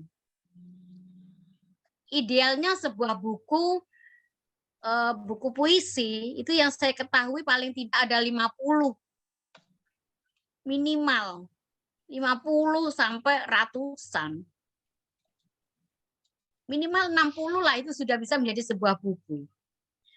Jadi kalau Bapak Zab ini mau punya buku solo yang berisi puisi yang menggambarkan pribadi Pak Zab tanpa ada campur tangan penulis lain, menulislah buku solo. Ini saya, ini suara hati saya. Ini pemikiran saya. Sehingga orang lain itu akan mengenali, menandai karyanya Pak Zab adalah melalui buku solo. Sebagaimana cerpen-cerpen Bang Han ya, akhirnya dibukukan. Yang asalnya bertebaran di berbagai media. Ya. Ketika disatukan karya itu, apa ya istilahnya, itulah Bang Subhan gitu. Ketika saya juga mengumpulkan puisi saya ingin puisi saya adalah menggambarkan saya. Saya ingin dikenali karya saya seperti ini sebagai pengembaraan saya, pemikiran saya, maka saya menulis buku sendiri. Itu buku solo menggambarkan fungsi manusia, dimensi manusia sebagai makhluk individu. Sedangkan untuk bersosial, untuk berbaur dengan orang lain, ya, berkarya bersama. Antologi itu kan kalau dari kata dasarnya, kalau dari arti bahasa dari bahasa Kamus Besar Bahasa Indonesia kan artinya karangan bunga gitu ya. Berbagai macam bunga dijadikan menjadi satu kumpulan yang indah dari berbagai macam orang. Itu antologi. Karya kita itu bertegur sapa dengan karya orang lain menjadi satu buku. Kedua-duanya buku solo dan buku antologi itu kedua-duanya itu baik. Saya juga masih aktif berantologi. Saya cuma setor satu tulisan, lalu dia digabung tulisan orang lain. Ya, saya tidak peduli orang lain menyebut derajatnya nulis antologi sama buku solo beda, lebih berkelas solo. Enggak, cara pandang saya tidak begitu. Cara pandang saya adalah saya ingin fungsi saya sebagai makhluk sosial dalam hal ini sebagai penulis, maka saya berantologi. Antologi punya manfaat. Kita bisa membaca ide orang lain. Oh, ternyata ide orang lain itu seperti ini. Akhirnya bolehlah kita menjadi sumber inspirasi gitu. Ada ikatan-ikatan gitu ya. Kita dengan orang lain supaya kita itu menjadi makhluk yang rendah hati gitu ya, mau berbaur dengan orang lain gitu ya. Pada suatu ketika kita mau eksklusif boleh, tapi pada suatu kita harus membumi. Antologi adalah mempelajari kita sebagai penulis yang membumi, tidak angkuh ya. Misalkan ada penulis diajak berantologi, nggak mau saya mau solo saja karena saya istimewa, misalkan begitu. Angkuh kan gitu Pak ya. Sehingga banyak penulis-penulis besar itu mengajak penulis pemula berantologi, ayo sama-sama saya. Gitu kan ya. Ada penulis besar tuh mengajak penulis pemula, ayo sama saya. Itu dia ingin merangkul, mengedukasi. Si penulis pemula merasa ada kebanggaan bisa bersanding tulisannya dengan penulis hebat dalam satu antologi. Bagusnya memang antologi itu ada 1 atau 2 penulis yang mumpuni sebagai penjaga mutu lah saya kira. Ya Bang Subhan kan sering mengkritik gitu ya. Antologi kalau isinya semua pemula ya jangan gitulah. Elipsis nanti kalau bikin antologi itu harus harus ada satu sosok yang misalkan kalau puisi, kumpulan antologi puisi harus ada satu di situ sastrawan di situ yang punya pengalaman menulis sastra secara mumpuni untuk menjaga mutu itu tadi, sehingga yang diajak itu memang melalui suatu kurasi. Jadi antologinya itu bukan kumpulan penulis-penulis pemula semua, harus ada lokomotifnya gitu ya. Idealnya begitu, kalau ada ininya kita itu terangkat gitu ya. Kita menjadi bisa belajar dari tulisan si senior itu dan sebagainya. Jadi penilaiannya bagaimana? Itu kebersamaan kalau antologi. Ekualitas. Yang senior merendahkan diri, yang junior sedang ingin berusaha mensejajarkan diri dengan dia itu belajar. Gitu. Kalau saya berantologi dengan ini saya semangat karena ini senior. Saya harus belajar, makanya dia akan memberikan karya versi terbaiknya dalam antologi tersebut. Jadi idealnya kalau menurut saya pribadi antologi itu adalah bukan tulisan pemula yang tidak terkurasi dengan baik lalu dikumpulkan asal bukan begitu. Tapi antologi itu harus ada penjaganya di situ. Ahli editingnya ada siapa? Ada penulis, kalau misalkan itu kumpulan puisi maka harus ada sastrawan lah di situ atau orang-orang sudah berpengalaman tulisannya mendapat penghargaan, dia sudah terbit berapa kali, sudah diakui, pernah dimuat di sini-sini gitu. Antologi saya kira karena antologi itu karangan bunga itu indah dari berbagai macam jenis. Jadi begitu Pak Zab pandangan saya tentang buku solo dan buku antologi. Saya kira begitu. Ya, baik.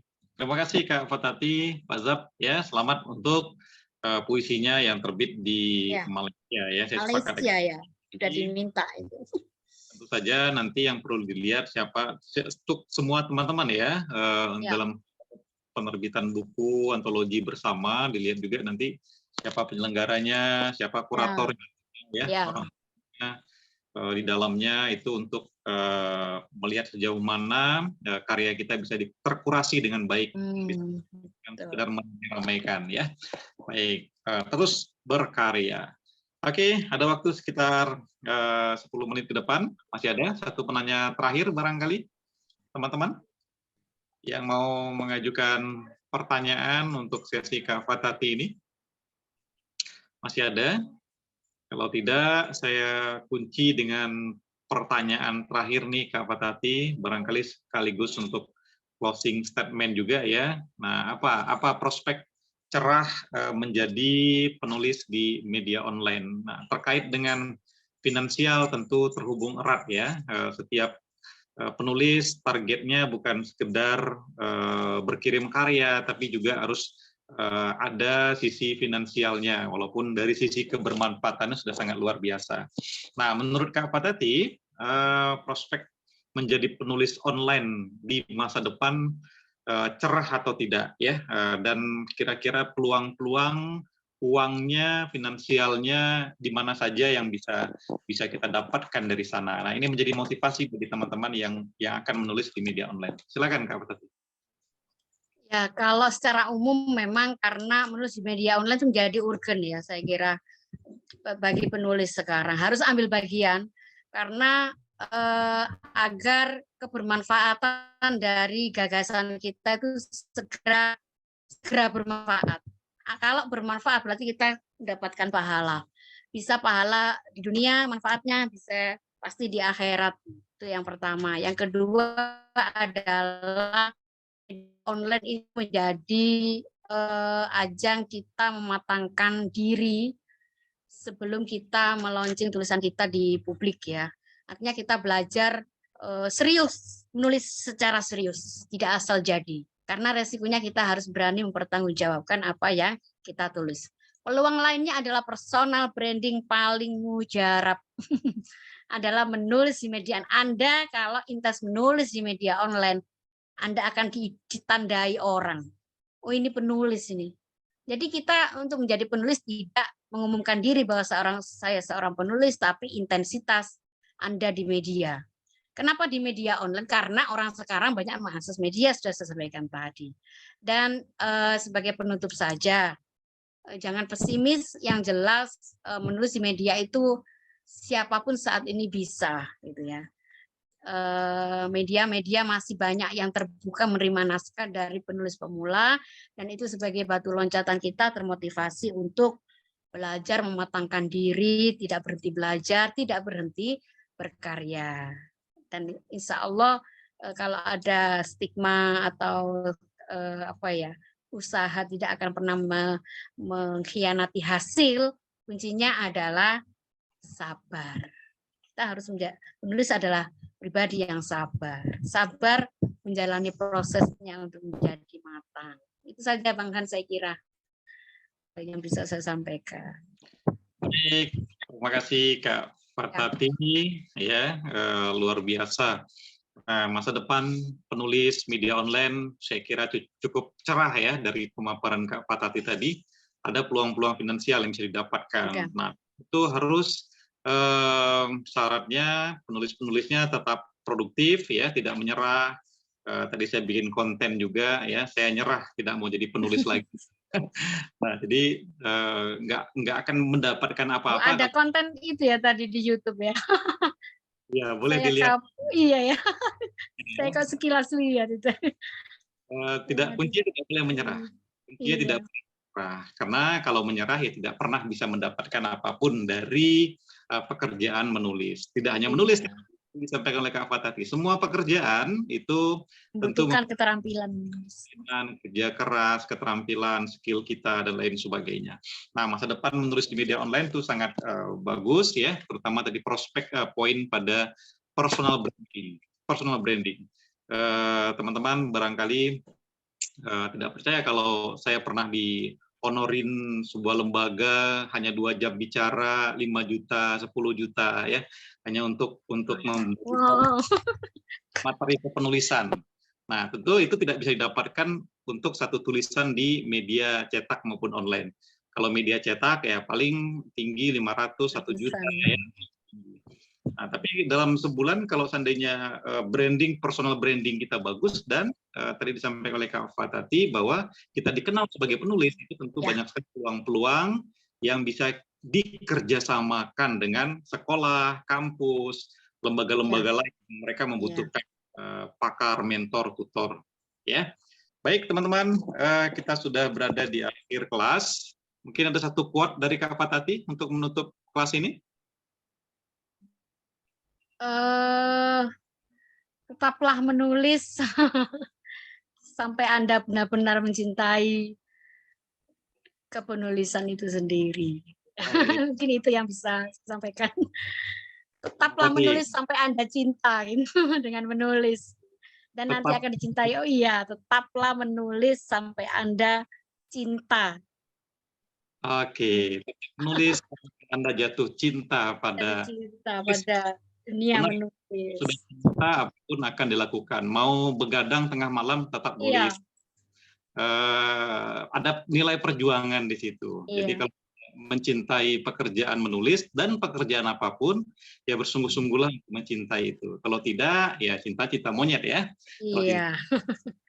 tidak serius di situ. Iya. Baik, terima kasih dari Bang Wahyu Agung, pandangan pertama ya. Oke, baik. Terima kasih Bang Wahyu sudah bergabung. Dan teman-teman semuanya, terima kasih.